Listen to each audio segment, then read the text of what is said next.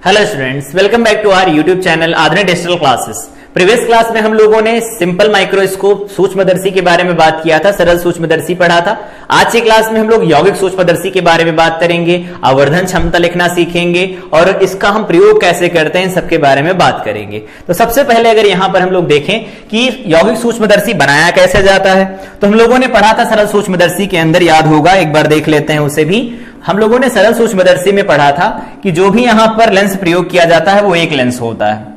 अब एक लेंस से आवर्धन उतना ज्यादा तो हो नहीं सकता है कि हम उसी का प्रयोग कर लें, बाकी का प्रयोग ना करें। बड़ी जो भी छोटी वस्तु होगी उसको बड़ा करने के लिए सूक्ष्मदर्शी का प्रयोग किया जाता है। तो एक लेंस से आवर्धन उतना बड़ा हमें नहीं मिल पाता। इस बात को हम लोगों ने एक जगह और समझा था, अगर याद हो तो यहां पर समझा था। ये देखो यहां पर लिखा गया कि अगर दो लेंस होते हैं, एक ने आवर्धन x गुना किया, दूसरे ने आवर्धन y गुना किया, तो ओवरऑल जो आवर्धन होता है, कुल आवर्धन, वो m इंटू n होता है। मतलब जो भी x इंटू y होगा मल्टीप्लाई हो जाते हैं। तो MO और ME दिए गए होते थे तो MO इंटू ME लिखा जाता था। ये भी बात पता होगी। तो अब अगर इसके आगे बात करते हैं कि हम प्रयोग क्यों करते हैं यौगिक सूक्ष्मदर्शी, तो वो तो समझ में आ गया कि जब भी कभी सरल सूक्ष्मदर्शी का प्रयोग किया जाता है तो वहां पर आवर्धन उतना ज्यादा नहीं होता कि हम उसको स्पष्ट रूप से देख पाएं, इसलिए हम यौगिक सूक्ष्मदर्शी का प्रयोग करते हैं। अब यौगिक सूक्ष्मदर्शी बनाया कैसे जाता है, तो इसके लिए दो लेंस प्रयोग किए जाते हैं। यहां से देखेंगे दो लेंस प्रयोग किए जाते हैं, दोनों लेंसों को हम एक एक करके बनाते हैं। सबसे पहले यहां पर एक हम रेफरेंस लाइन बना लेते हैं। ये हमारे पास एक रेफरेंस लाइन हो गई, ठीक है। आई थिंक ये समझ आ रही होगी, ये रेफरेंस लाइन है, इसी के ऊपर पूरा फिगर हम लोग बनाएंगे। यहां पर एक लेंस होता है छोटा सा, हर एक चीज को बनाते बनाते समझते जाएंगे। यहां पर कुछ ऐसा, ये एक लेंस होता है, छोटा लेंस होता है। छोटा लेंस क्यों लिया जाता है? पहला सवाल ये पूछा जाता है कि अगर छोटा लेंस होगा तो क्यों होगा, छोटा लेंस क्यों लिया जाता है? तो उसका एक सीधा मतलब वो है, उसका एक सीधा कारण देंगे कि जब कभी हमें दृष्टि विस्तार अधिक चाहिए होता है। पढ़ाया था दृष्टि विस्तार क्या होता है, जब हम लोगों ने परावर्तन पढ़ा था वहीं पढ़ा था कि दृष्टि विस्तार क्या होता है, वो भाग जिसके अंदर अगर ऑब्जर्वर है, प्रेक्षक है, तो वस्तु के प्रतिबिंब देख पाए, उस वस्तु को देख पाए, तो हम उसे दृष्टि विस्तार कहते थे। तो पहला पॉइंट ये हो गया, पॉइंट लिखते भी जाएंगे। यहां पर जो पहला लेंस प्रयोग किया जाता है इसको हम कहते हैं अभिदृश्यक, अभिदृश्यक लेंस कहा जाता है, अभिदृश्यक लेंस कहा जाता है। तो पॉइंट ये लिखेंगे, अभिदृश्यक लेंस छोटा क्यों होता है, तो दृष्टि विस्तार, दृष्टि विस्तार अधिक अधिक हो, इसीलिए अभिदृश्यक, अभिदृश्यक छोटा होता है। अभिदृश्यक का मतलब अभिदृश्यक लेंस जो है वो अभिदृश्यक लेंस से छोटा होता है। एक यहां पर पॉइंट पता चला। अब इसको पूरा नहीं समझ में आया कि इसका क्या मतलब है। जैसे मान लेते हैं कोई बैक्टीरिया हम देख रहे हैं, ठीक है, उस बैक्टीरिया का पूरा इमेज दिखना जरूरी है या फिर उसका कोई विशेष भाग दिखे और वो बड़ा दिखे? तो ऐसा तो है नहीं कि कोई बैक्टीरिया अगर हम देख रहे हैं, कोई जीवाणु देख रहे हैं, तो उसका पूरा भाग और आवर्धित रूप में दिखे तो वो हमारे लिए जरूरी होता है। इसके अपेक्षा कि हमें उसकी सिर्फ टांग दिख रही है या हमें उसका कोई विशेष भाग दिख रहा है, वो बड़ा होकर के दिख रहा है, तो उस पूरे बैक्टीरिया को देखने के लिए हमें क्या करना होगा, अलग अलग टाइप से देखना पड़ेगा, फिर उनको अलग अलग पिक्चर्स लेनी पड़ेंगी, फिर उनको जोड़ना पड़ेगा, फिर पूरे बैक्टीरिया का हमें फिगर मिलेगा। तो ऐसा तो होता नहीं।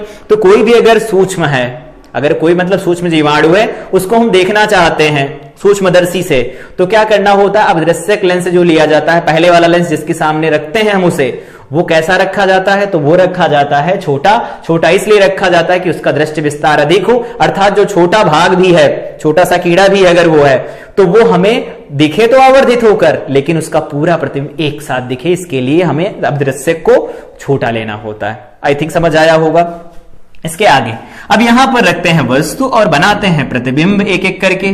तो मान लेते हैं यहां कहीं पर रखी गई है वस्तु, ये ऐसी वस्तु रखी गई है, और अगर ये ऐसी वस्तु रखी गई होगी तो प्रतिबिंब बनाओ इसका। कैसे बनेगा, यहां से प्रकाश किरणें चलेंगी, तो प्रकाश किरण हम जानते हैं, एक प्रकाश किरण तो ये ऐसे चली गई समांतर मुख्य अक्ष के। अब ये कहां से पास करेगी, तो हम लोग जानते हैं कहां से पास करती है, फोकस से पास करती है। ये फोकस से पास करेगी, ऐसा कुछ होगा, ठीक है। दूसरी कहां से पास करती है, तो ये दूसरी पास करती है सी से। इनको थोड़ा इधर बना देते हैं,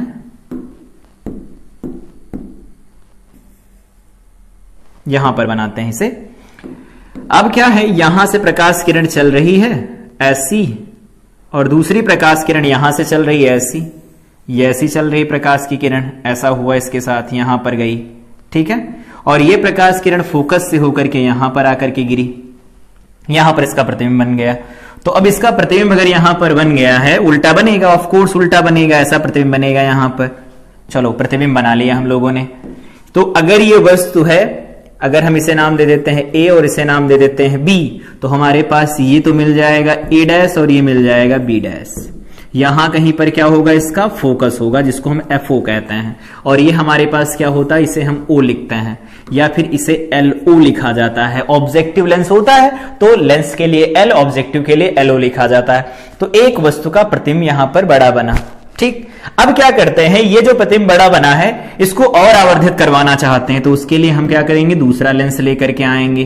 दूसरा एक लेंस लाओ, यहां पर कहीं पर रखो, ये लेंस मान लेते हैं यहां पर आया, रखा गया।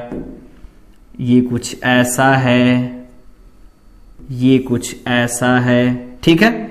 अब यहां से प्रकाश किरणें चलेंगी, प्रकाश किरणें चलेंगी यहां से। तो अगर प्रकाश किरणें चलेंगी तो एक प्रकाश किरण तो समांतर चली जाएगी, ठीक है, और दूसरी प्रकाश किरण कहां से गुजरेगी, तो वो सी से पास करेगी, जैसे है वैसे ही चली जाएगी, ऐसा बनेगा, ठीक है। अब बात कर लेते हैं, यहां पर एक पॉइंट हम देख लेते हैं, ठीक है। अब मान लेते हैं कि हमारे पास यहां कहीं पर जो पॉइंट दिया गया है, वहां पर जो फिगर भी देखा उसमें प्रतिबिंब जो बन रहा वो डी पर बन रहा है, हम इसे अनंत पर बनाना चाहते हैं। तो जो भी ये पॉइंट बी डैश हमारे पास निकल के आया है, यहीं पर अगर इसे लिखा जाए L E, lens eye lens है, ये कौन सा लेंस है, नेत्रिका, बात किया था पिछली क्लास में। तो नेत्रिका या नेत्र लेंस, या नेत्र लेंस, ऐसा ही तो बात किया था। तो नेत्रिका या नेत्र लेंस हो गया। अब इससे हम प्रतिबिंब बनाना चाहते हैं कि इस वाले पॉइंट के ऊपर अगर आ जाता है कौन, एफ ई आ जाए, तो अगर ये एफ ई इसी पॉइंट के ऊपर आ जाएगा तो यहां से जो प्रकाश किरणें चलेंगी वो समांतर हो जाएंगी, ये प्रकाश किरण चलेगी समांतर हो जाएगी। और समांतर किरणें हम जानते हैं आगे तो कहीं मिलेंगी नहीं, तो इधर से कहीं से आती हुई दिखाई देंगी। तो अंतिम प्रतिबिंब कहां बन रहा है, अनंत पर बन रहा है। तो ये प्रतिबिंब हमें कहां दिखाई देगा, अनंत पर दिखाई देगा। हमारी आंखें कहां हैं, तो हमारी आंख इधर कहीं पर है, ऐसा, ये हमारे पास हमारी आंख है, ऐसा दिया गया।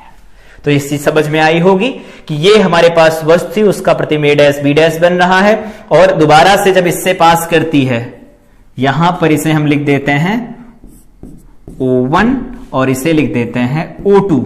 तो यहां से हमारे पास ये सारी चीजें बन रही हैं। अब एक बात समझते हैं कि यहां पर ये जो अभिदृश्यक है और नेत्रिका है, इसके बीच में एडजस्टमेंट किया जाता है। ये दोनों लेंस यहां पर फिक्स रखे जाते हैं, ध्यान रखेंगे, ये दोनों के दोनों लेंस यहां पर फिक्स रखे जाते हैं। तो दोनों लेंस फिक्स रखे जाएंगे तो वस्तु की दूरी हम आगे पीछे खिसकाते हैं। तो इसके सामने, इस वाले के सामने जो यहां पर रखे जाते हैं, और ये लेंस जो यहां पर सेट किए जाते हैं वो दो अलग अलग नली में सेट किए जाते हैं। मतलब दो अलग अलग नली होती हैं, लेकिन वो एक दूसरे के साथ में संपाती होती हैं, मतलब बेलनाकार हैं, लेकिन उनके अच्छे समान होते हैं।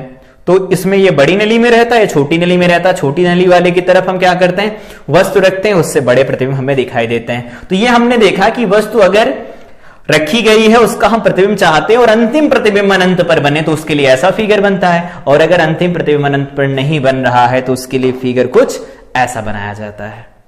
आई थिंक एक बार फिगर बना लिया, एक बार फिगर देख लिया, अब बनाना भी आ गया और फिगर की कैलकुलेशन करनी बाकी रह गई। तो इसकी कैलकुलेशन करते हैं। सबसे पहला काम, अगर बात करते हैं यहां पर, यहां कहीं पर बात करें कि इसमें अल्फा बीटा गामा कैसे मानेंगे, तो अल्फा हम जानते हैं कौन सा होता है, ये वस्तु है, यहां पर है, ये अल्फा हो गया।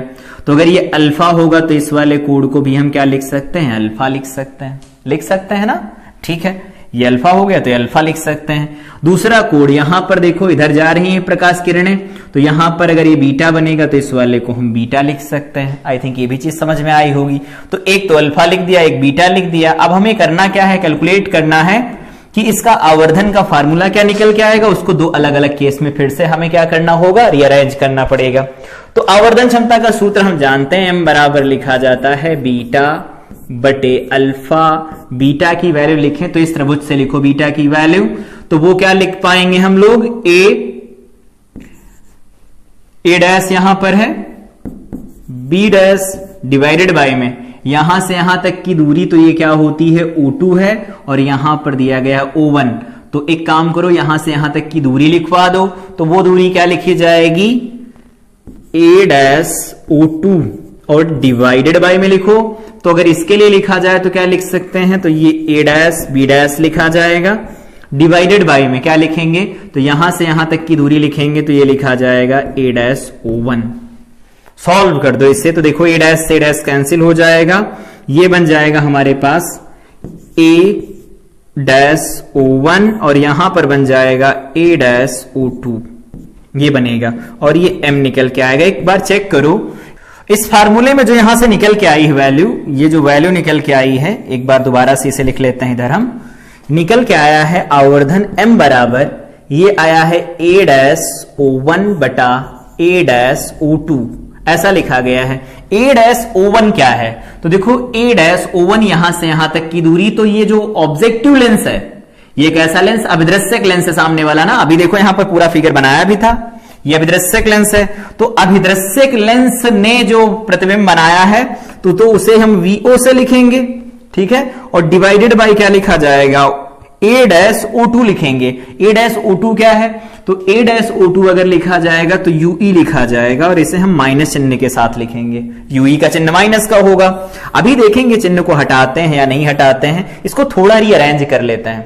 थोड़ा रीअरेंज करने का क्या मतलब है, एक काम करो, इसे ये हमारे पास निकल के आया है M is equal to VO, ठीक है, VO लिखा गया है। एक काम करो, इसको डिवाइड मार दो UO से, और यहां पर क्या लिखा गया है UO, और डिवाइडेड बाय में इसे डिवाइड कर दो किससे, तो यहां पर निकल के आया है UE से, और यहां पर माइनस तो लगा ही है।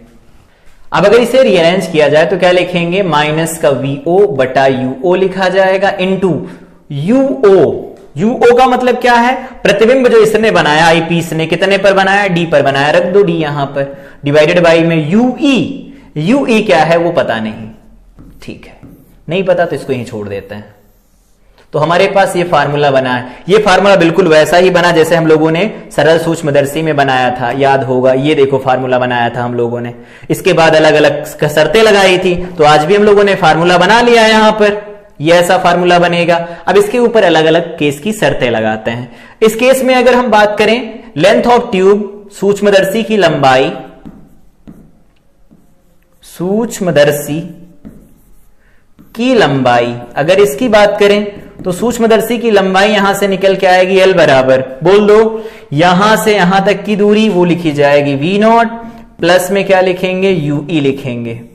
जहां पर प्रतिबिंब बनना हो उस केस में आगे बढ़ाकर लिखेंगे, यहां पर ध्यान रखेंगे आंकिक मान रखने हैं, केवल आंकिक मान रखने, क्योंकि हम दूरी निकाल रहे हैं, इस बार चिन्ह नहीं निकाल रहे हैं कि हाँ निर्देशांक निकाल रहे हैं किधर की तरफ होगा, कैसा होगा, कितना होगा, यहां पर मॉड लगा के रखेंगे, चिन्ह नहीं हटा देने हैं, वैल्यू रख देना और दोनों को जोड़ लेना, आंकिक मान निकल के आएगा, तो ये सूक्ष्मदर्शी की लंबाई हो जाएगी। अब इस फार्मूले को जनरलाइज कर लेते हैं इधर नए पेज पर, कैसे, पहला केस वही है, पहला केस है जब अंतिम प्रतिबिंब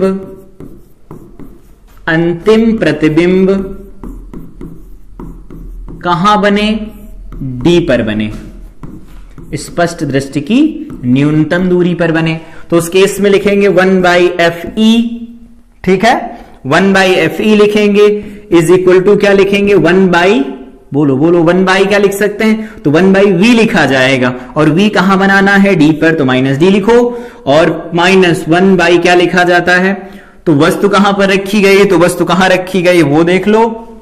तो उस केस में जो वस्तु रखी जाएगी, यहां कहीं पर देखो वस्तु रखेंगे, तो इस केस में यहां पर वस्तु रखी गई होगी UE के ऊपर, तो -UE लिख दो, ठीक। चिन्ह रख दिया है, जो फार्मूला आएगा उसमें चिन्ह नहीं रखना, या तो यहां ना रखो वहां जो भी करना हो कर सकते हो। यहां पर क्या होगा, हमें चाहिए क्या, 1/ue चाहिए, तो 1/ue इधर रखा रहने तो 1/fe बन जाएगा प्लस 1/d बनेगा, इसको लिख सकते हैं 1/ue। एक काम करो, यहां पर बन जाएगा d प्लस fe बटा fe इंटू में क्या लिख सकते हैं, d लिख सकते हैं। ये क्या है, 1/ue है। एक काम करते हैं, हमें चाहिए क्या, d बटा ue चाहिए, तो d बटा ue कहां से निकल के आएगा, इस d को इधर भेज देते हैं, भेज सकते हैं ना, या फिर हम d बटा ue निकालना चाहते हैं तो इसको d से मल्टीप्लाई करा देते हैं, तो d upon fe plus 1 is equal to d बटा ue बन जाएगा। d बटा ue, देखो d बटा ue ही चाहिए, हाँ चाहिए ऐसा, तो अब इसे सॉल्व कर लूं। इसे सॉल्व करेंगे तो हमारे पास ये वैल्यू निकल के आ जाएगी यहां से, देखो इसको इंप्लाइज दैट लगा करके आगे सॉल्व करते हैं, तो हमारे पास कैपिटल M जो निकल के आएगा वो आएगा माइनस vo अपान uo बन जाएगा, और यहां पर लिखा जाएगा d बटा ये, तो d बटा ये लिखेंगे तो लिखेंगे 1 प्लस d बटा fe लिखा जाएगा। देखो कितनी आसानी से फार्मूले निकल के हमारे पास आ रहे हैं। लेंस का सूत्र लगाना है, फार्मूलों में वैल्यू रख देना, फिर से यहां पर वैल्यू दोबारा मत रख देना चिन्ह के साथ, आंकिक मान ही रखने हैं, चिन्ह के साथ मान नहीं रखना, क्योंकि चिन्ह का प्रयोग हम एक बार कर चुके हैं। तो m का जो मान निकल के आएगा माइनस vo बटा uo 1 प्लस d बटा fe निकल के आएगा। इस केस में अगर बात करते हैं लेंथ ऑफ ट्यूब क्या होगी, सूक्ष्मदर्शी की लंबाई क्या होगी इस केस के अंदर, सूक्ष्मदर्शी की लंबाई, तो सूक्ष्मदर्शी की लंबाई क्या लिख सकते हैं, बहुत आसानी से लिख सकते हैं, वो हमारे पास लिखा था vo प्लस ue, तो vo तो ठीक है, ue हमारे पास पता नहीं था, तो ue की वैल्यू निकाल लो ना, यहां से क्या लिखेंगे, ue की वैल्यू निकालेंगे तो क्या निकल के आएगी, ue इज इक्वल टू, ध्यान से इसे लिखा जा सकता है fe इंटू में लिखेंगे d डिवाइडेड बाय में fe प्लस में d लिखा जाएगा। एक बार चेक करो, देखो यही आएगा, आया यही, ठीक है। अब इसको यहां पुट कर देते हैं, fe और ये d लिख देंगे, डिवाइडेड बाय में क्या लिखेंगे, fe प्लस d लिख देंगे, ऐसा बनेगा। ये हमारे पास लेंथ ऑफ ट्यूब हो जाएगी, ऐसा बन जाएगा, ठीक है। दूसरा केस क्या होगा, केस नंबर सेकंड, पहला तो देख लिया, अब क्या है, जब अंतिम प्रतिबिंब अनंत पर बने, जब इधर गैप है, हाँ है, इधर बात कर लेते हैं इसके बारे में फिर, तो यहां पर जब अंतिम प्रतिबिंब कहां पर बने, अनंत पर बने, अनंत पर बने, तो क्या लिखेंगे, वापस आओ इधर, अंतिम प्रतिबिंब अनंत पर बने, ये तो ठीक है सब, लेकिन यहां पर d बटा में ue जो लिखा है, ue क्या है, वस्तु की दूरी है ना नेत्रिका से, तो अंतिम प्रतिबिंब अनंत पर बने, इसका मतलब ue बराबर हो जाए फी के, तो क्या लिखेंगे यहां से लिखेंगे capital M is equal to minus का vo बटा uo, और यहां लिख सकते हैं d बटा fe लिखा जाएगा, ये ध्यान रखेंगे, ऐसा लिखा जाएगा, सही है। तो इस तरह से लिख सकते हैं। और अगर हम यहां पर लंबाई लिखें, सूक्ष्मदर्शी की लंबाई, तो सूक्ष्मदर्शी की लंबाई के बारे में अगर हम बात करें L की वैल्यू, तो वो तो थी vo प्लस ue, तो यहां पर vo प्लस fe लिख दिया जाएगा, ये हो जाएगी लेंथ ऑफ ट्यूब, दूरदर्शी सूक्ष्मदर्शी की लंबाई हो गई। तो इस तरह से हम ये फार्मूला निकालेंगे, इस तरह से हम लंबाई लिख सकते हैं। आई थिंक ये सारी चीज समझ आई होगी। तो इस तरह से हम कंपाउंड माइक्रोस्कोप अर्थात यौगिक सूक्ष्मदर्शी के लिए अंतिम प्रतिबिंब अनंत पर बने तो फार्मूला लिख सकते हैं, लेंथ ऑफ ट्यूब लिख सकते हैं, सूक्ष्मदर्शी की लंबाई लिख सकते हैं। जब अंतिम प्रतिबिंब D पर बनता है उस केस में आवर्धन का फार्मूला ऐसा काम करता है, और यहां सूक्ष्मदर्शी की लंबाई इस फार्मूले से लिखी जाती है। फिर से यहां पर जो फार्मूलों में मान रखना है वो चिन्ह के साथ नहीं रखना, केवल आंकिक मान रखने हैं। तो इस तरह से फिगर बनाया जाता है जब प्रतिबिंब D पर बनता है, और यहां पर पूरा फिगर बना के देखा जब अंतिम प्रतिबिंब कहां बने, अनंत पर बने। तो यहां पर दो अलग अलग एडजस्टमेंट किए जाते हैं। एक बात यहां से और निकल के आती है क्वेश्चन की, यहां पर देखो अंतिम प्रतिबिंब जो बन रहा है वो उल्टा बन रहा है। अब इसके लिए क्या करेंगे हम, तो इसके लिए यही किया जाता है कि जो भी वस्तु है उसको उल्टा करके रखो, ये प्रतिबिंब को सीधा बना देगा। तो जो सूक्ष्मदर्शी से प्रतिबिंब देखा जाता है उस प्रतिबिंब को हम सीधा करने के लिए वस्तु को ही उल्टा रख देते हैं। तो अगर ये वस्तु सामने इस तरह से रखी गई है कि निब जो इसकी है ऊपर की तरफ है, तो इसको ऐसे रख दो, ये सीधा पढ़ देगा। और अगर हम इसे ऐसे रखेंगे तो इसे उल्टा बना देगा। ये तो उल्टा प्रतिबिंब बनाता है, तो वस्तु को ही अगर उल्टा रख दिया जाए तो प्रतिबिंब सीधा दिखाई देगा। तो जो भी हम देखना चाहते हैं बैक्टीरिया को, उसको उल्टा घुमा के रख दो, ये प्रतिबिंब उसका सीधा बना के देगा और उससे हम क्लियरली देख पाएंगे। तो आई थिंक यौगिक सूक्ष्मदर्शी के सारे पॉइंट्स क्लियर हो गए होंगे आप लोगों को कि इसका डेरिवेशन कैसे किया जाता है। डेरिवेशन के हर एक स्टेप को हम लोगों ने समझा। साथ में यहां पर पहले हम लोगों ने बनाना सीखा था एक अलग पेज पर कि कैसे बनाया जाता है। अभिदृश्यक लेंस का जो द्वारक होता है वो छोटा क्यों रखा जाता है, ताकि उसका जो दृष्टि विस्तार हो वो अधिकतम हो। अधिकतम दृष्टि विस्तार होने का मतलब भी समझा कि जो भी बैक्टीरिया रखा गया उसका हर एक पार्ट हमें आवर्धित रूप में दिखाई दे। ऐसा नहीं उसकी सिर्फ टांगे दिख रही हो, ऐसा नहीं होना चाहिए। पूरा का पूरा प्रतिबिंब आवर्धित रूप में अगर दिखाई देता है तब हम कहते हैं कि यहां पर ये प्रॉपर काम कर रहा होगा। तो ये क्लास थी जिसमें हम लोगों ने यौगिक सूक्ष्मदर्शी के बारे में बात किया। अगली क्लास में हम बात कर रहे होंगे खगोलीय दूरदर्शी के बारे में, जिसमें अपवर्तक और परावर्तक खगोलीय दूरदर्शी के बारे में बात करेंगे। तो तब तक के लिए इस क्लास को रिवाइज करें। मिलते हैं अगली क्लास में। Till then I wish you all the best.